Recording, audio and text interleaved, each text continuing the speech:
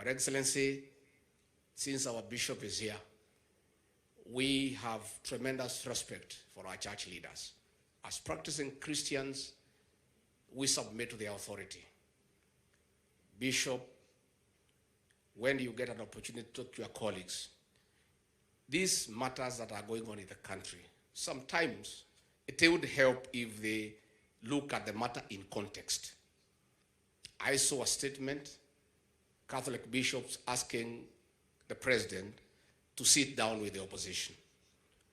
If the bishops had taken time to study what is happening today, they would have seen is a pattern. It has not started today. What is happening in the country is a continuation of political blackmail to get into government. My Lord Bishop, if you check in 1997, that leader of official opposition created problems. President Moi brought him into government through cooperation. In the year 2007, he created problems. Mwai Kibaki brought him to government through nusu mkate. In the year 2017, he created problems, and President Uhuru Kenyatta brought him through the handshake that destabilized the Jubilee government. So what is happening today is in script.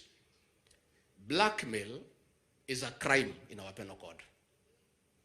So bishops, with respect, when you ask the president to sit down with a blackmailer, you are asking the president of Kenya to commit a crime. And it is good to be truthful because you are a man of God. This thing is not happening in isolation. It is a script that has happened after every 5 years.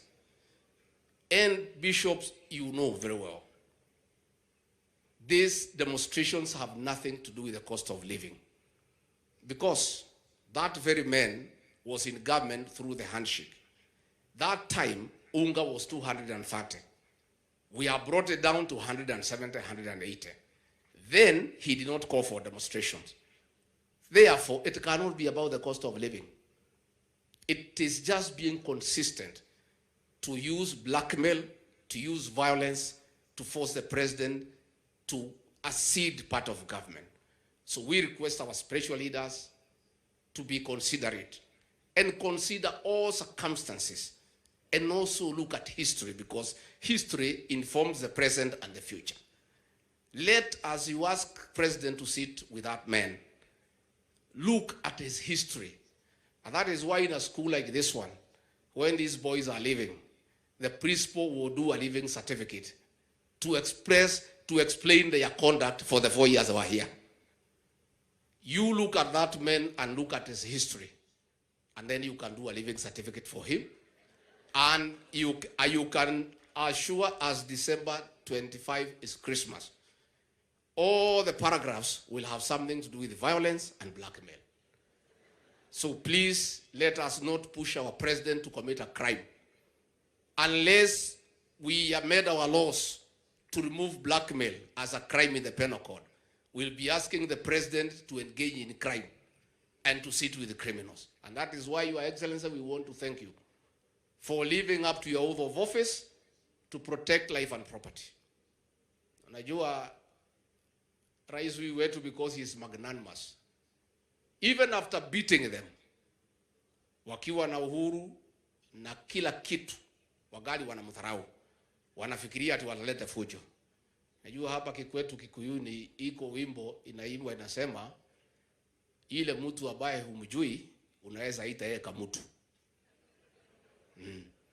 So for what has happened in the last 3 days, you know who is this man. So tuheshimiane kwa sababu heshima ni ya maana. Kila mtu afanye kazi yake. Wale wamepewa kazi ya kuuliza maswali waulize. Bishops, you criticize us where we go wrong, and we accept, but always take into context what has created the present scenario, and then you can correct us, you can guide the president, you can ask him, but you must always look at what has led to the current situation. Vijana mpo? Simeona Didi ametoa 500,000. Mnataka niongeze kitu? Mnataka niongeze nini? Yeah?